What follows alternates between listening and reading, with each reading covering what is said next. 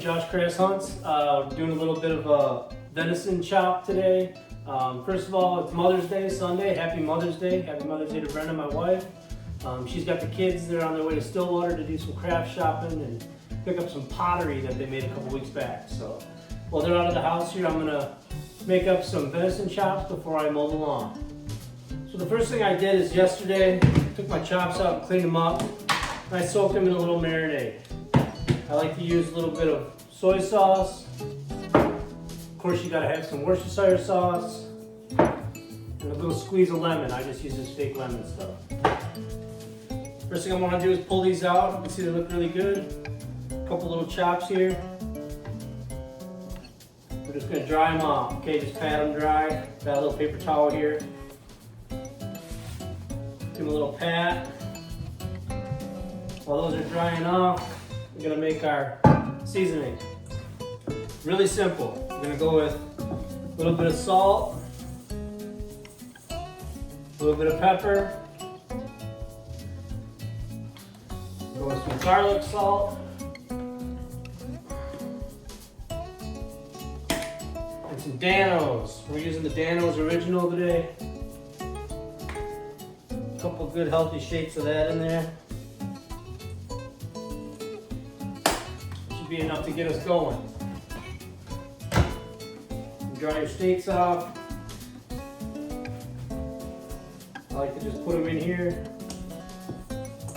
mess them around, make sure you get them covered.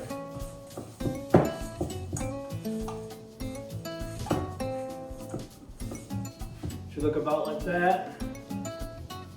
Go back onto our towel with that one. We'll put the next one in. Gonna need a little bit more seasoning. More Danos.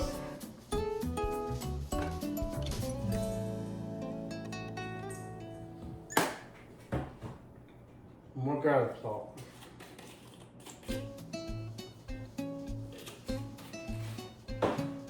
Then put the next one in.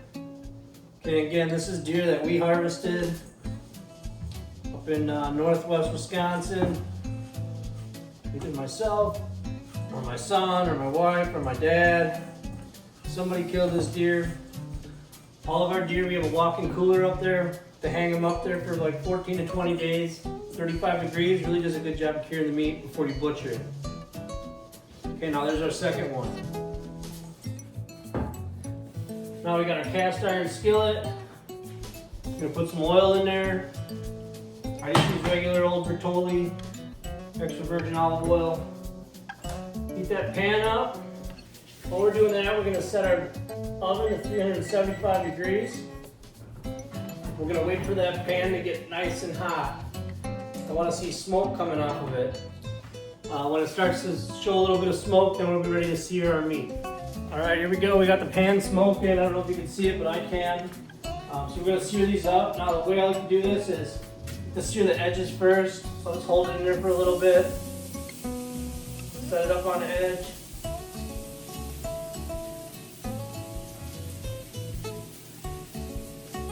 While that's searing on the edge, I'm going to go ahead and hit my pan with a little bit of Pam. We're going to slow bake these once they're seared. There's one side, I'll roll it over to this other edge. I really like to use the pan for this. Stand them up. Again, just getting that edge nice and seared. Got to keep all the moisture in when you're cooking game meat. You want to sear the outside edge and then the top and bottom so all the moisture stays in. Do on both sides, get a little sear on them. Put this one. Want to sear them on both sides for about 2 minutes. Okay, and then we're going to put them in the oven. Now this one's going to go down. Again, we'll wait about 2 minutes, flip them, and then we'll put them in the oven.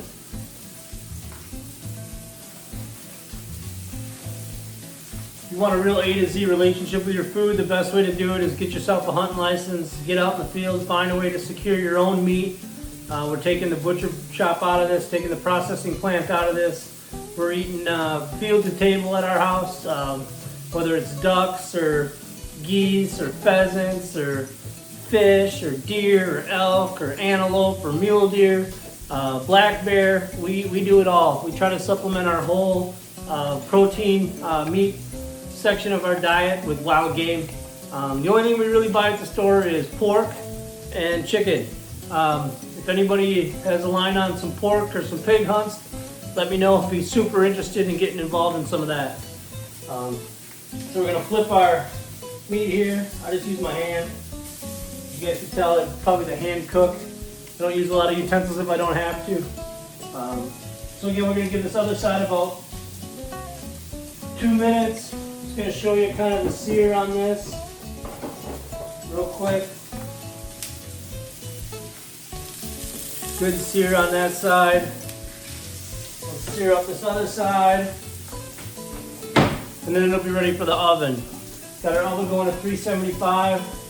We're going to want to let that cook in there for about 15-20 minutes. I just use the touch test, right? You know, if it feels like your forehead is probably well done, feels like your nose is closer to medium rare. I like mine medium rare. So we got the other side seared up good. Now we're going to put it in our pan. Shut this down. Take it off the burner. Last thing we do before we put it in the oven is I like to add a little bit of butter. Nothing's bad about butter. Everything's a little bit better with butter. It's almost like bacon. So I'm going to take 2 big scoops of butter. I'm going to put one on top of each one. Alright, and then this is going in the oven about 15-20 minutes, depending on how well done you like your meat. Okay, it's been about 18 minutes. You're going to pull this out. See how it looks. Okay, we're going to let it rest for about 5 minutes, 4 to 5 minutes here. It just continues to cook.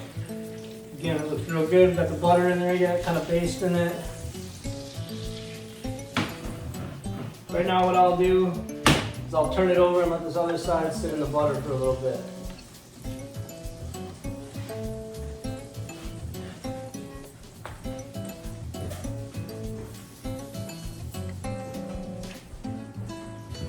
Guys, remember I got big news coming up in June. I'm going to have a video of us out at the new lease.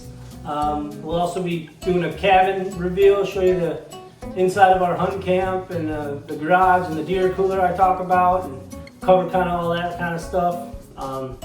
Kind of best practices for getting the game meat ready to go. A lot of exciting stuff coming up this year.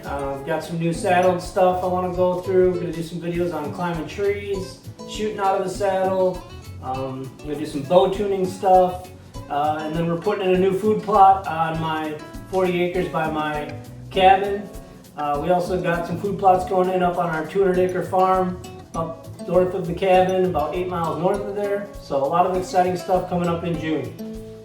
All right, we're giving our steak plenty of time to rest. Now we're going to put them on the cutting board. See what our final product is. This is my favorite way to do venison shanks or venison chops. Okay. Now all we're going to do is just slice it nice and thin. Grab a fork here, see what we got.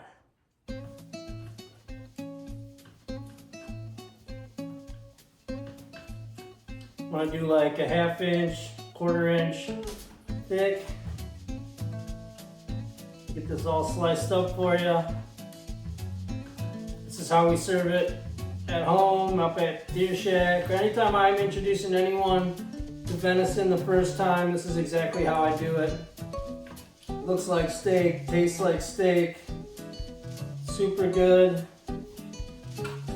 Real juicy, real tender. No gaminess. Right there. Good, medium rare venison. Thanks for watching. Hopefully you guys enjoyed this recipe. Catch you next week.